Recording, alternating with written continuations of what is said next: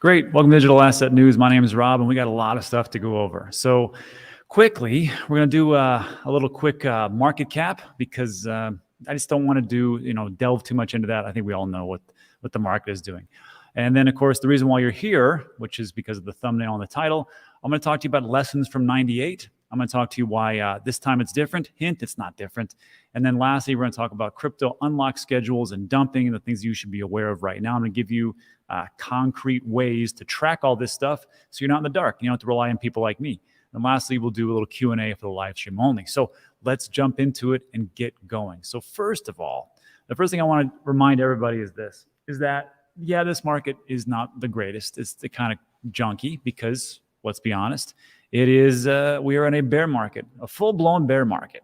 And this could take months, or this could take even longer than that. I would hate to say years, but there will be bounces, there will be opportunities. But let's just be honest. This is the time we got to get to work.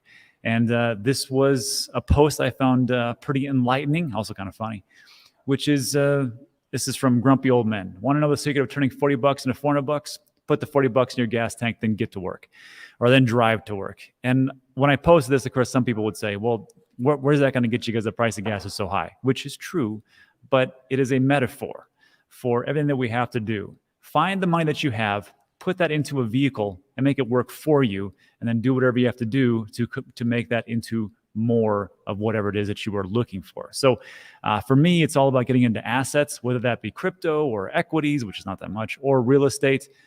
That is what I like to do with cash. And some people will say, well, silver and gold too, but yeah, sure, it is what it is.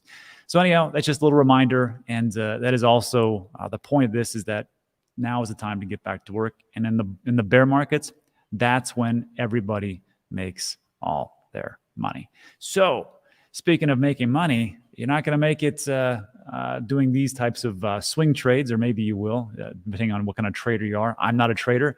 I'm just a simple investor. And we can see that today that Bitcoin's up a little bit, Ethereum's up a little bit. Everybody's up just a little bit, but I will point your attention to this. The crypto market cap is still 1.6 trillion. Bitcoin is still below 29,000. So even though we're up a little bit, it's not like a reason to like super celebrate. I mean, we're down pretty substantially, and I think we're going to go down even farther. Now, how far down? That's anybody's guess. And I'm not here to draw on charts and show you some magical, mystical things because that's not my thing. I know I have a firm belief in where we're going in the future, 2, 3, 5, 10 years. But as far as the short term, anybody's guess. So that's the quick market recap. Let's jump into really what I would consider the good stuff, which is lessons from 98. And the reason why I want to bring this to your attention is because it's tough to be an investor, especially in this market. So what we try to take a look back is take a look at a little bit of history to see where we're going. Well, we can't know where we're going until we know where we've been. And this is it's an easy graph overlay. And you can see on the very top here, this is internet versus crypto adoption as far as like total users. Some might call this wallets if you want to look at that. But in the good old days, the internet coming to fruition, 1990. Remember those days? Some of you don't. Some of you were probably born back then, or weren't even born back then.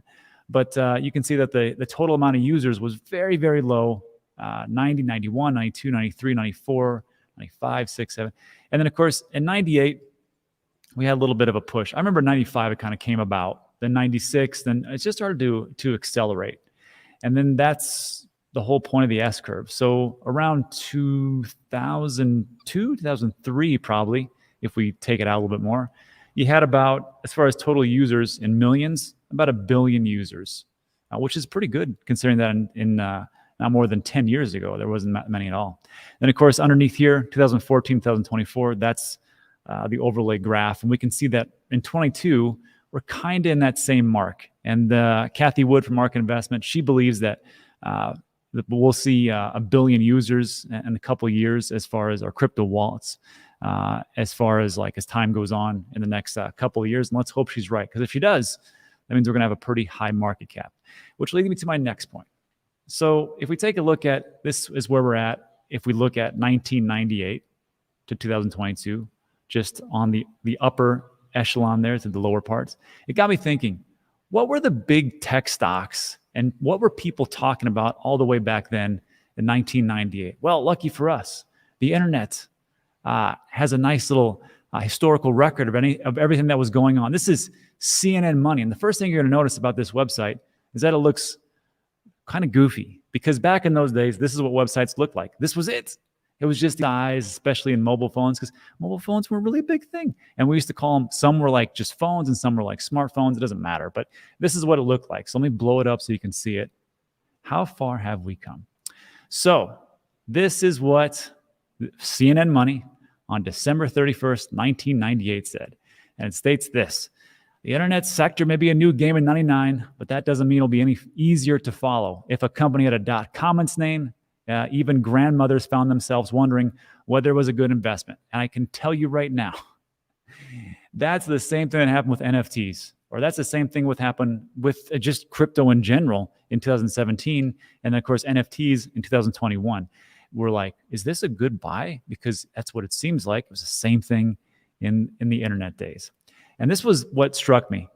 Listen to this. During the year, the e-commerce giant and decidedly unprofitable bookseller, Amazon.com, saw its shares rise more than 1,300%. So think about it this way. Jeff Bezos started out as a bookseller in Amazon.com. And the only reason that it grew was because he says, we have to branch out and do other things. We can't just live on books. That doesn't make any sense. So let's go over here and buy Zappos. And Zappos was a nice little shoe company for $1 billion or so. Let's expand and move into different merchandise, and then actually start to gobble up a lot of different land and real estate, and then also to put our warehouses on. And that's how they built everything up. But it was funny to me, and decidedly unprofitable bookseller, and its shares go up. So it's the same thing here. Even though we don't see like high prices right now, it doesn't mean that we're not in a building stage, just like Amazon was back in 98. Anyhow, a previously little known online auctioneer called eBay became the poster child for internet frenzy. It's shared eclipsing $300 a share mark. This is the same eBay that had a September IPO of $18. So again, same thing with crypto, $18 to $300. Now, eBay had its slides, but it's come back a little bit. And it's actually doing quite decently as it starts to move into the Amazon, like a fulfillment by eBay type of thing.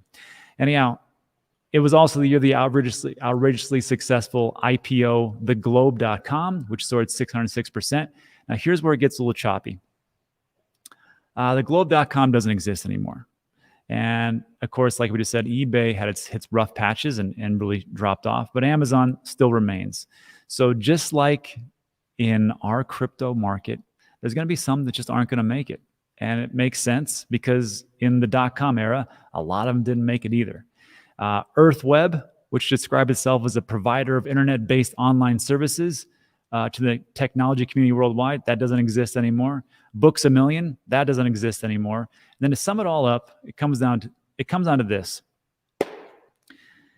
The crypto and digital asset space will grow as long as the companies and the projects start to acquire other projects, in my personal opinion, and they start to branch out and actually become something that people actually use.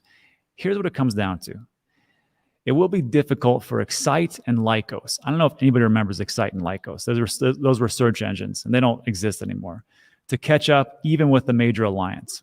I think Disney and InfoSeek will have a difficult time getting traffic to challenge Yahoo. Let me read that one more time. I think Disney and InfoSeek will have a difficult time getting traffic to challenge Yahoo. First of all, the only people who use Yahoo are people like me anymore for a search engine. I just do it for news.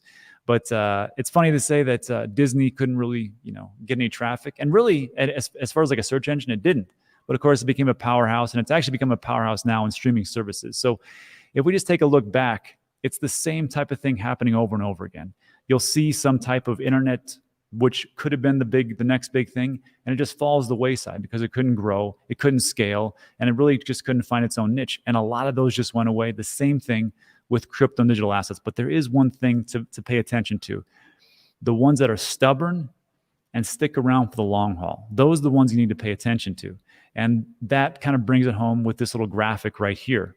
One thing you'll notice, one thing that I noticed, is as much as Amazon.com was considered unprofitable back in 98, it just kind of hung on there, right? And then you can see it here in yellow. Then it comes up in 2003.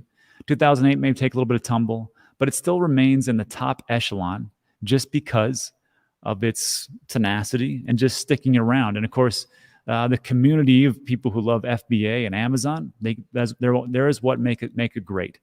In 1998, AOL, Yahoo, GeoCities, Netscape, Excite, Lycos, that stuff doesn't exist anymore. But again, look at Amazon, look at Google. And you kind of see that the ones that just kind of stick around are the ones that eventually make it. And of course, Google has been a powerhouse for the longest time. So I can't tell you what to invest into. I'm not a financial advisor, but just take a look at the cryptos that have stood the test of time as time has gone on. Now, there's probably some huge gains like we just talked about over in that article with Books A Million, or whatever the heck it was called. But those are flash in the pans. And as time goes on, you might be a little bit happier just sticking with some of those safety ones. So let me know what you think about that in the comment section. And this will lead me to the next point, which is this. This time it's different. Rob, don't you know that this time it's gonna be totally different, and this crypto project's gonna take us to the moon, and it's gonna be awesome. And I gotta tell you, in 2021, I heard that a lot. I also heard that Ethereum was a boomer coin, and it's slow, it doesn't do anything, and it's going to be flipped by XYZ token. And you never know, because sure, maybe you could. But as I get older, and I've been in this space a longer time, the longer that I'm in here, the more I realize this. When people say this time is different, it's never different. And this kind of, not to prove my point, but to kind of bring it home, there's this book I recommend everybody to read. And I was talking about this on DCA yesterday, or 2 days ago. It's called This Time is Different. 8 Centuries of Financial Folly. And this is by Carmen Reinhart, economist. And what they did is they took a look at over 66 countries, over hundreds of years of economic upswings and collapses. And they just kind of bring it in that the psyche of investors and retail and institutions, it always kind of stays the same.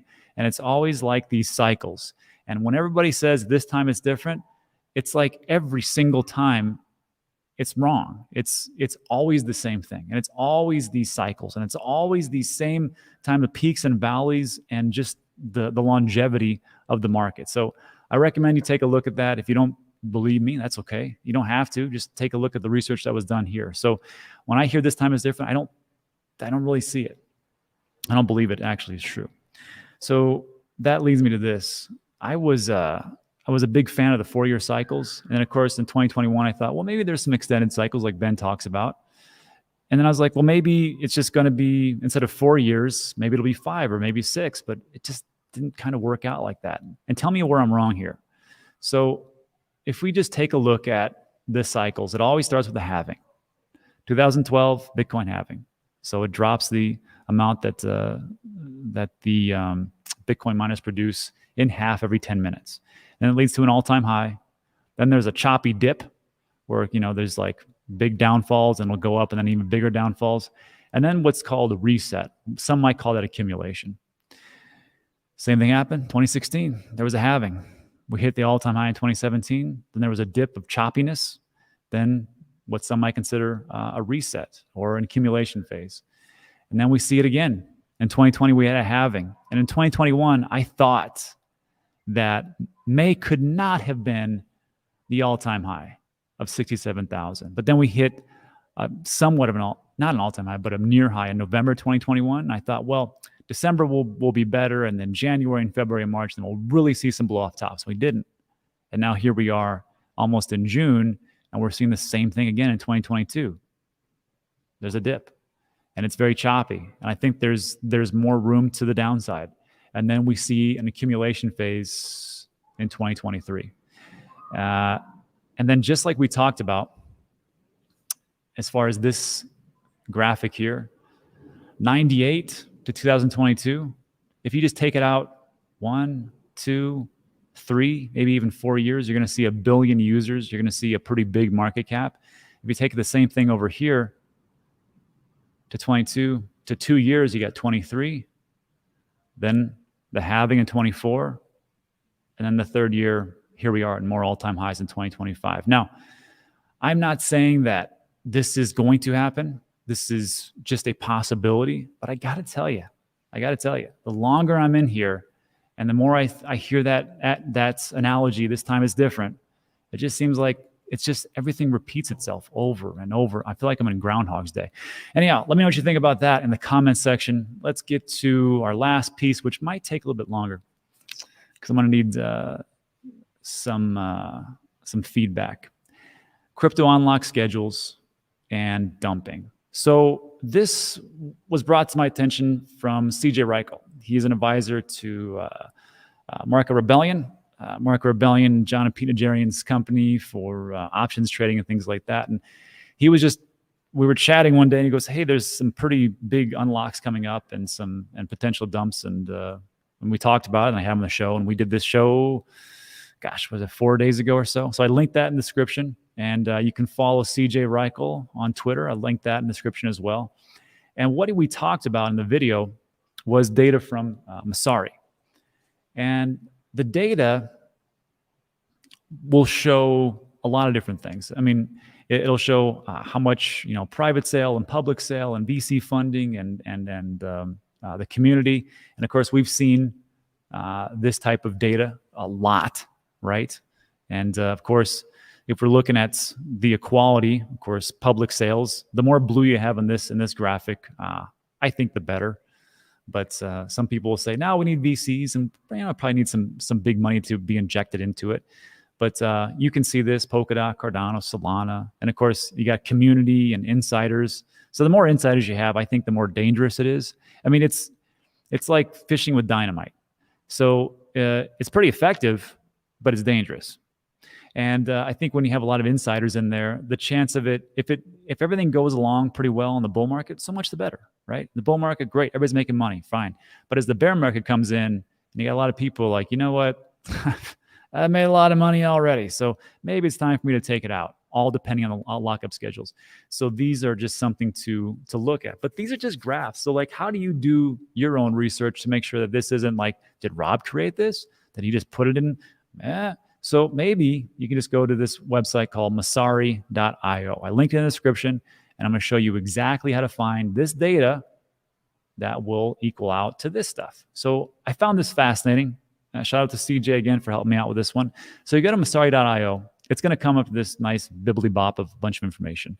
And you got ROI, top assets, DeFi. And when you click on here, it's all the different assets that are out there that you ever want to take a look at. What's cool about this, I'm just going to start with Bitcoin, and then we'll go down the list for things you want to see. But if you click on Bitcoin, it'll take you to a lot. Granted, it's a ton of stuff. I get you. But if you see overview, profile, markets, just click on profile, and then go to see right here where it says contributors, investors, and token economics. If you take a look at token economics, and it tells you like a history. This is just this is Bitcoin. If you go to the launch and initial token distribution, of course, for this one, there was no like private sale and stuff like that because it was the very first. Satoshi Nakamoto tells you exactly what it is. But what's interesting to me is these things, these graphs, what's called the supply schedule. And for Bitcoin, you can see it's pretty darn linear, right? I mean, of course, this is all by proof of work. So it all depends on, the halving. And of course, we can see it. Yeah, you can see it right here, how it gets cut. Halving 2012, 2016. And of course, now we're really leveling off because we're in a point right now where, you've already mined 19 million. You've only got about 1.5 million or so to go. So it's pretty stable along this continuum, right? Gotcha. So that's the supply curve. And of course, there was no private sales. So let's go back real quick. Let me just click on Messari there. Let's look at Ethereum. So if I click on Ethereum, and the same thing, I'm going to click on profile. I'm going to click on token economics, the launch and initial token distribution. And it'll tell you right here, the original token distribution event managed by Ethereum sold roughly 60 million ethers, which was 80% of the initial 72 million ETH supply. Now, the supply is infinite. There is no cap on Ethereum, but it goes very slow. Sale took place between 2014, July and September 2014. The Ether purchased by crowd sale investors were not usable or transferable before the launch of the block in 2015. So this was like the very beginning. So if you had a lot of money, I don't think there was any kind of like provisions where you couldn't buy a ton of it. And a lot of people did. But at least it was a little bit fairer. It wasn't like some kind of private sale. So 3,700 Bitcoin were raised in the first 12 hours because that's what they took. And that's why Bitcoin maxis will talk about how this was a Ponzi scheme, because they're like, the only reason Ethereum is around is so they can get your Bitcoin, which I get it, because they raised a ton of Bitcoin and then off it went. And if you want to take a look at the whole history, take a look at the Infinite Machine. It was a behind the scenes look at how Ethereum was created. Anyhow, so 3 million were allocated to a long-term endowment, 6 million were among 85 developers, and so on and so forth. So founders and projects, 16%, 83% went to that crowd sale. Here's the supply schedule. And you kind of see it. I mean, this one looks fine too, right? 2015 is when it got released. And you saw a lot of people come in, and you can just see that 22, let's see, rewards, the crowd sale participants, 64%, and it looks okay. And where are we at now? Around here. So we don't see a huge increase in unlocks. That's not how it is. That's how Ethereum is. So it's very linear, pretty darn safe, in my personal opinion. Now, let's take a look at something else. I'm going to skip forward to ALgorand. So ALgorand, I'm going to click on profile, and I'm going to click on token economics. And it's going to tell you exactly what it is. The launch and initial token distribution. It was launched in June 2019. The public auction sold 25 million algos, or a quarter of the initial supply, at $240 per token. That's not bad. Raising a total of $60,402,000. And then the end of the sale, which created 10 billion algos at Genesis, a total of 2.5 billion, or 25% initial supply, were granted to the founders and the ALgorand Foundation to support continued protocol development. Okay, gotcha. But take a look at this, 10%. Let's take a look at the supply breakdown. Founders and project is a quarter, investors at 30%. So you're looking at 55% is in the hands of the few. And then you got 45%. So me personally, I like ALgorand. Macaulay, I believe that's the gentleman's name, Turing Award winner, very smart guy. And it looks like a pretty great project. It's just, like I've always said, the tokenomics look a little bit off to me. And then you can take a look at this. Here's the liquid supply curve. This is not looking great. So when we saw with Bitcoin, it was pretty much a nice even out. Ethereum, the same thing. Now let's take a look at the supply curve here. So in 2021, you saw there was a big unlock supply. Bam, here we are in March 2021. And we saw it kind of gets going. Now January 12th, kind of a little bit of a linear or so. But you can see it's going up pretty high. 2023, so on and so forth. And then, of course, there's another big unlock in 2024. And then the thing is, once these get unlocked, it's an opportunity to really start selling. Now, will that happen with ALgorand? I'm not saying it will. I'm not saying you won't. I'm just giving you the information that you have so you can make the best decision for yourself. Let's take a look. Let's go back and take a look at Cardano. This ought to be good. So Cardano, again, profile, token economics. Let's see here. So the public sale, it was all public sales, which is pretty much the data that we see over here. Cardano, a lot of blue, a lot of public sales. 17% were insiders, company, VC purchase tokens, okay? 2% was the community allocation. All right. So let's see here. Initial supply, founders and project, investors, 83%. Let's break it down. Here's the liquid supply curve. It almost doesn't get any flatter than that. Let's just be honest. And there's a lot that's actually locked up right now. So as far as like supply curves and unlocks, first of all, you can unlock. There is no lockup periods. It's already out there, essentially. And of course, if you want to stake it, there's no like lockups like Avalanche. You just take it out and you want to sell it, you sell it. But very even kilter, not too bad. Now let's take a look at Avalanche. Where'd it go? Avalanche. Profile. Token economics. Here we go. 360 million AVAX were minted and sold through public and private sales. All right. The remaining 360 are for staking rewards. distributed over the following decades. That's not bad, half and half. So staking rewards, 50% of tokens are minted at launch. And then, of course, the remaining 360 will be utilized as staking. The seed sale, 2.5%. Private sale, 3.5%.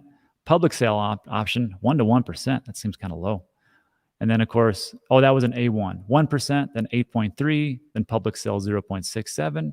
Foundation, it doesn't matter. Let me just go over here. So again, founders and projects, that's a lot, 20%. Investors, 16%, but 64%. Here's the issue. The steepness of this supply curve. And you can see it. I don't have to, the things that we just took a look at, the steeper that the supply curve is, the more chance you have it for it to unlock and potentially be dumped. And that is just something that is what it is. So this is last year. You can see the steps. Where are we? We're right around, so March 7th, 2020, between February and March was a big unlock. And then we have another one coming up around June 20th.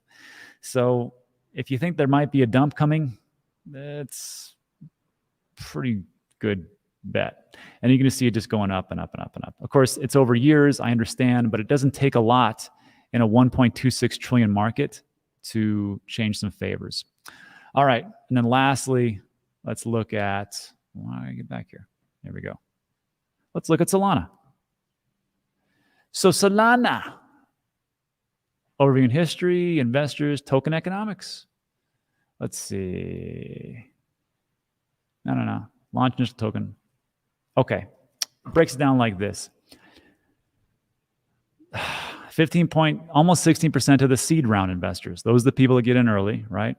2.6 to founding sales investors. So you're looking at almost 20%.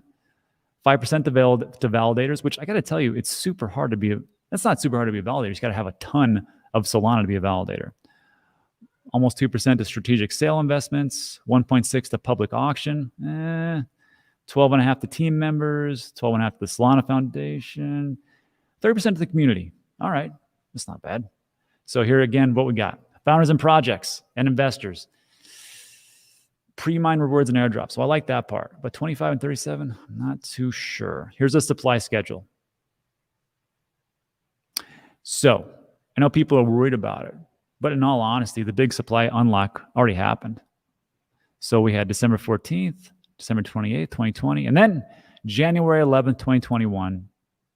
That was the big unlock. And you probably saw a little bit of a dip, but that's what it is. But if you can take a look here, it's actually pretty stable. And you can just take a look as far as things move along. Staking rewards, founders. Where are we? Let me go to here. So you go from staking rewards, 9.6% on May 30th to the next swing up, 9.8%. So not by much, in all honesty. So even if we're worried about this big unlock schedule, honestly, looks pretty linear.